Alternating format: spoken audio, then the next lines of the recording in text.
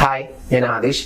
ഇന്ന് നമ്മൾ സംസാരിക്കുന്നത് ലോ ഓഫ് അട്രാക്ഷനുമായി ബന്ധപ്പെട്ട വളരെ പ്രധാനപ്പെട്ട ഒരു വിഷയത്തെ കുറിച്ചാണ്. അഥവാ ലോ ഓഫ് അട്രാക്ഷനിൽ പലപ്പോഴും പലരും വിട്ടുപോകുന്ന ഒരു കാര്യമാണ് ആക്ഷൻ എന്ന് പറയുന്നത്. ഒരുപാട് ടെക്നിക്കിനെ പറ്റിയൊക്കെ സംസാരിക്കും, പക്ഷെ ആക്ഷൻ എടുക്കുന്നത് എങ്ങനെയാണ്, അതുപോലെ തന്നെ ഈ ആക്ഷൻ എടുത്ത് കഴിയുമ്പോൾ അടുത്ത ഒരു ഇമ്പോർട്ടന്റ് ആയിട്ടുള്ള ഒരു പ്രോസസ്സാണ് ബിലീവ് ചെയ്യുക എന്ന് പറയുന്നത്. ഈ ആക്ഷന്റെ കൂടെ ആ ബിലീവ് ചെയ്യുന്ന പ്രോസസ്സ് കൂടി വരുന്ന സമയത്താണ് മാനിഫെസ്റ്റേഷൻ കംപ്ലീറ്റ് ആവുന്നുള്ളൂ. അല്ലെങ്കിൽ ബിലീവ് ചെയ്ത് കഴിഞ്ഞിട്ടുള്ള ആക്ഷൻ ആവുമ്പോഴും അവിടെയും മാനിഫെസ്റ്റേഷൻ നടക്കും. ഇതെങ്ങനെയാണ് കണക്റ്റഡ് ആവുന്നത് എന്നുള്ളത് കുറച്ച് എക്സാമ്പിളിലൂടെ നമുക്കൊന്ന് ചർച്ച ചെയ്യാം. നിങ്ങൾക്ക് എല്ലാവർക്കും യൂസ്ഫുൾ ആയിരിക്കും. ജീവിതത്തിൽ വലിയ സ്വപ്നങ്ങൾ കാണുന്ന ആളുകളാണ്, ലക്ഷ്യങ്ങൾ ഉണ്ടെങ്കിൽ നിങ്ങൾ ഈ വീഡിയോ ജസ്റ്റ് ഒന്ന് പൂർണ്ണമായിട്ടും കാണുക. നിങ്ങൾക്ക് കുറച്ചെങ്കിലും ഐഡിയാസ് അല്ലെങ്കിൽ കുറച്ച് കാര്യങ്ങൾ എങ്ങനെ ചെയ്യണം എന്നതിനെ പറ്റിയിട്ടുള്ള ഒരു ഐഡിയ കിട്ടും എന്നുള്ള കാര്യത്തിൽ യാതൊരു സംശയമില്ല. അപ്പൊ നമുക്ക് ടോപ്പിക്കിലോട്ട് വരാം. ഫസ്റ്റ് തന്നെ നമുക്ക് എല്ലാവർക്കും ആഗ്രഹം ഉണ്ടാവും ഒരു വീട് വെക്കണം എന്നൊക്കെ, അല്ലെ? അപ്പോ പലരും ചിന്തിക്കുന്നത് ഒരു വീട് വെക്കാനുള്ള മുഴുവൻ തുകയും ആയതിനു ശേഷം വീട് വെക്കാം എന്നുള്ളതായിരിക്കും, അല്ലെ? അപ്പൊ അതിങ്ങനെ നീണ്ടു പോവും. ചിലപ്പോ ആ മാനിഫെസ്റ്റേഷൻ നടക്കത്തേയില്ല. ഒരുപാട് വർഷം കഴിഞ്ഞാലും നടക്കത്തില്ല. അപ്പൊ നിങ്ങളുടെ ആഗ്രഹം ഒരു വീട് വെക്കുക എന്നുള്ളതാണെങ്കിൽ ആദ്യം നിങ്ങൾ ചെയ്യേണ്ടത് കുറച്ച് സ്ഥലം വാങ്ങിക്കാനുള്ള ക്യാഷ് നിങ്ങൾ ഒരുക്കൂട്ടുക, സേവ് ചെയ്യുക എന്നുള്ളതാണ്. അങ്ങനെ സേവ് ചെയ്ത് ഒരു 5 സെന്റോ 10 സെന്റോ വാങ്ങിക്കാനുള്ള ക്യാഷ് ആവുന്ന സമയത്ത് നിങ്ങൾ ആ സ്ഥലം മേടിക്കുക. സ്ഥലം വാങ്ങിച്ചു കഴിയുമ്പോൾ പിന്നീട് നിങ്ങൾ ജോലിയോ അല്ലെങ്കിൽ ബിസിനസ്സോ എന്താ ചെയ്യുന്നതെങ്കിൽ അത് കണ്ടിന്യൂസ് ചെയ്തുകൊണ്ടിരിക്കണം. ഓക്കെ.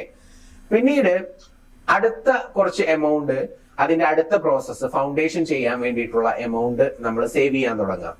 എന്നിട്ട് അത് ചെയ്യുക. അങ്ങനെ സ്റ്റെപ്പ് ബൈ സ്റ്റെപ്പ് ആയിട്ട് ഓരോ കാര്യങ്ങൾ ഇങ്ങനെ ചെയ്തു വരുമ്പോൾ നമ്മുടെ ജോലിയിൽ പ്രോഗ്രസ് ഉണ്ടാവും, അല്ലെങ്കിൽ നമുക്ക് വേറെ എന്തെങ്കിലും രീതിയിലൊക്കെ നമ്മൾ ഫണ്ട് അട്രാക്ട് ചെയ്യും.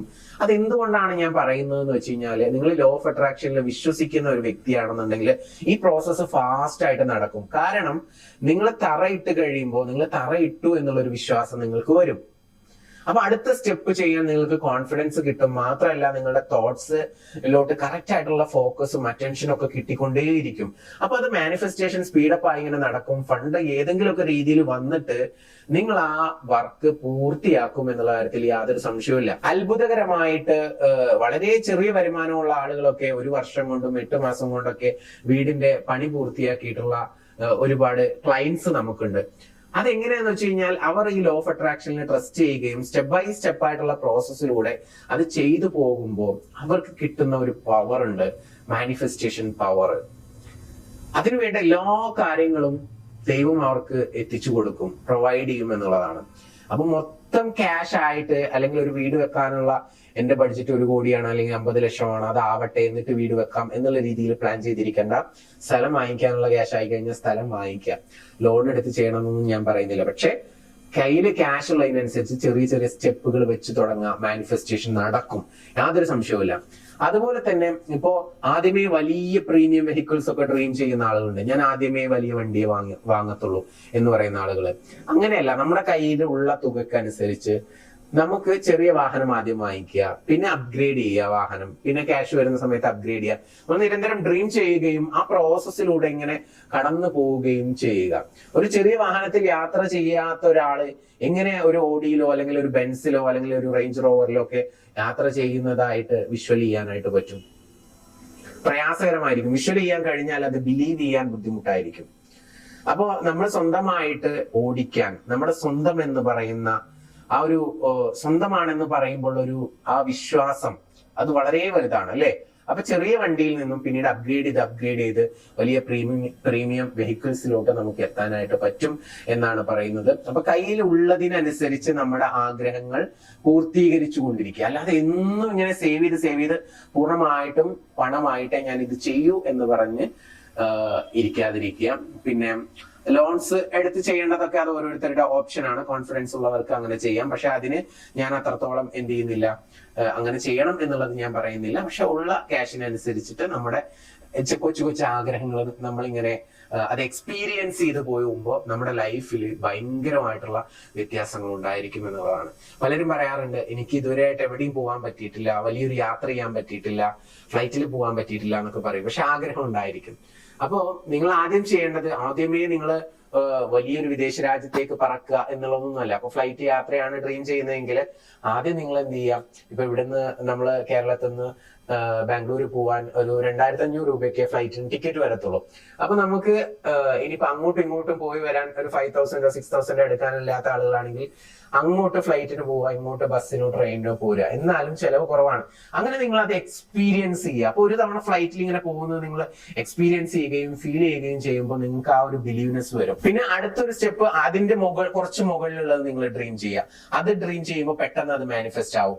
പിന്നെ നിങ്ങൾ വലിയ വലിയ യാത്രകള്, സ്വപ്നങ്ങള് ഒക്കെ കാണുക. അപ്പൊ അതൊക്കെ ഈ സ്റ്റെപ്പ് ബൈ സ്റ്റെപ്പ് ആയിട്ടുള്ള പ്രോസസ്സിലൂടെ നമുക്ക് വലിയ വലിയ കാര്യങ്ങൾ മാനിഫെസ്റ്റ് ചെയ്തെടുക്കാനായിട്ട് പറ്റും. അപ്പൊ നമ്മുടെ മനസ്സിന്റെ, ഉപബോധ മനസ്സിന്റെ ആ ഒരു വിശ്വാസവും കോൺഫിഡൻസും ഒക്കെ ഡെവലപ്പ് ചെയ്യാൻ നമുക്ക് ചെറിയ ചെറിയ സ്റ്റെപ്പുകളിലൂടെ പോയി കഴിഞ്ഞാലേ സാധ്യമാകത്തുള്ളൂ. ആദ്യമേ അതിലോട്ട് എത്തണം എന്ന് പറഞ്ഞ് നടക്കുന്ന ആളുകൾ പലപ്പോഴും വലിയ വലിയ കുഴികളിൽ ചെന്ന് ചാടുന്നതാണ് ഞാൻ കണ്ടിട്ടുള്ളത്. അപ്പോൾ ഈ സബ് കോൺഷ്യസ് മൈൻഡിനെ പ്രോഗ്രാമിംഗ് ചെയ്യുക, കണ്ടീഷൻ ചെയ്യപ്പെടുക എന്നൊക്കെ പറയുന്നത് ഇത് സ്റ്റെപ്പ് ബൈ സ്റ്റെപ്പ് ആയിട്ട് നടക്കുന്ന ഒരു പ്രോസസ്സാണ്. അപ്പൊ നിരന്തരമായിട്ട് ഒരു സ്റ്റെപ്പെങ്കിലും നമ്മൾ മുന്നോട്ട് പോയിക്കൊണ്ടിരിക്കണം. അപ്പോഴാണ് നമ്മുടെ മനസ്സിന് അത് വിശ്വസിക്കാനും, ഈ വിശ്വാസം വരുന്നത് എപ്പോഴും എക്സ്പീരിയൻസിലൂടെയാണ്. ചെറിയ രീതിയിൽ ഓരോ കാര്യങ്ങൾ എക്സ്പീരിയൻസ് ചെയ്തിട്ട് വലിയ സ്വപ്നങ്ങൾ നമുക്ക് നേടാനായിട്ട് സാധിക്കും എന്നുള്ളതാണ്. ചെറിയ യാത്ര നന്നായിട്ട് എക്സ്പീരിയൻസ് ചെയ്യുക, കുറച്ചുകൂടി വലിയ യാത്ര ചെയ്യുക, അടുത്തത് അത് നന്നായിട്ട് എക്സ്പീരിയൻസ് ചെയ്യുക. അപ്പൊ നിരന്തരം യാത്രകൾ ചെയ്യാൻ കഴിയും. ചെറിയ വീട് വെക്കുക, എന്നിട്ട് വേണമെങ്കിൽ പണമാകുന്ന സമയത്ത് നമുക്ക് വലിയ വീടായിട്ട് അത് അപ്ഗ്രേഡ് ചെയ്യാം, അടുത്തൊരു വീട് വെക്കാം, അല്ലെ? വാഹനം ചെറുതൊന്ന് വാങ്ങിക്കുക, പിന്നീട് വലിയ വാഹനം വാങ്ങിക്കുക. അല്ലാതെ ആദ്യമേ ടോപ്പ് ലെവലിൽ ചിന്തിച്ച് ഞാൻ അതേ ചെയ്യൂ എന്ന് പറഞ്ഞ് ഡ്രീം ചെയ്ത് പോവാതിരിക്കുക. ആ പണം മാനിഫെസ്റ്റ് ആവുന്ന സമയത്ത് നമുക്ക് ഇത് വിറ്റ് അത് വാങ്ങിക്കാം, അല്ലെങ്കിൽ ഇത് നിലനിർത്തി മറ്റൊന്ന് വാങ്ങിക്കാം. അങ്ങനെ ചിന്തിക്കുക.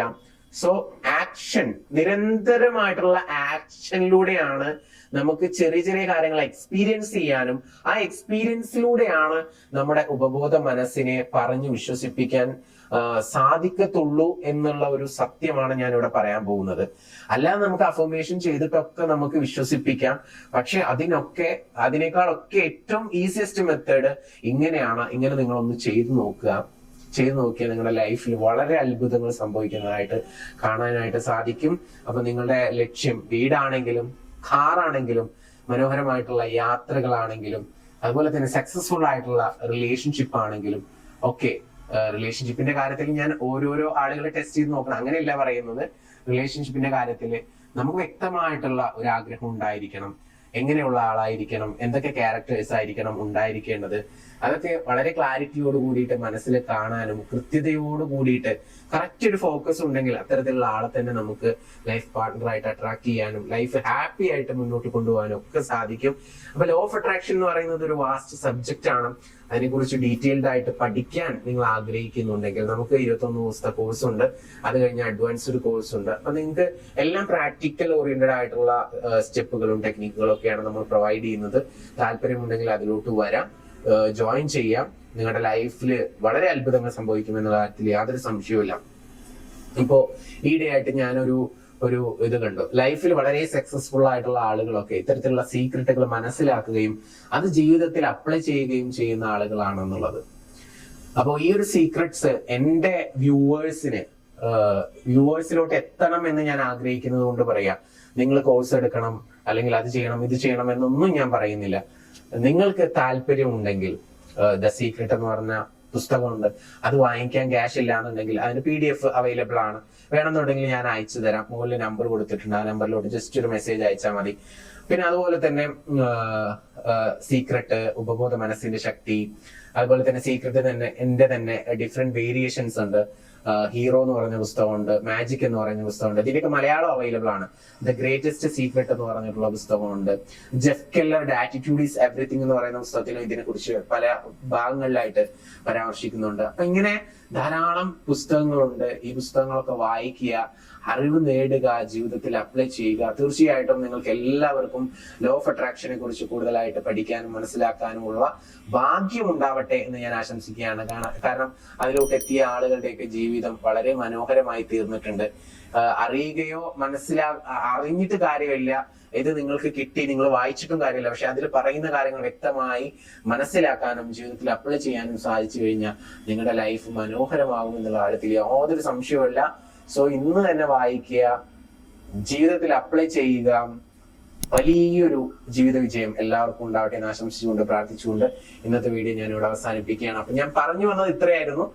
കൊച്ചു കൊച്ചു ആക്ഷനിലൂടെ നമുക്ക് വിശ്വാസം കൂടുതൽ ഉണ്ടാക്കിയെടുക്കാനായിട്ട് പറ്റും. ആ വിശ്വാസം ആണ് നമ്മുടെ എനർജി. നമുക്ക് എത്ര വലിയ കാര്യങ്ങളും ചെയ്യാൻ സാധിക്കുമെന്നതാണ്. ചെറിയ ചെറിയ സ്റ്റെപ്പുകൾ വെച്ച് തുടങ്ങുക, അല്ലാതെ എല്ലാം ഒന്നിച്ച് എത്തിപ്പിടിക്കാം എന്നുള്ള രീതിയിൽ ചിന്തിക്കാതിരിക്കുക. ഓക്കെ, ഇത്രയേ ഉള്ളൂ ഇന്നത്തെ മെസ്സേജ്. പുതിയ വീഡിയോ ആയിട്ട് വീണ്ടും കാണാം. Thank you. നമസ്തേ.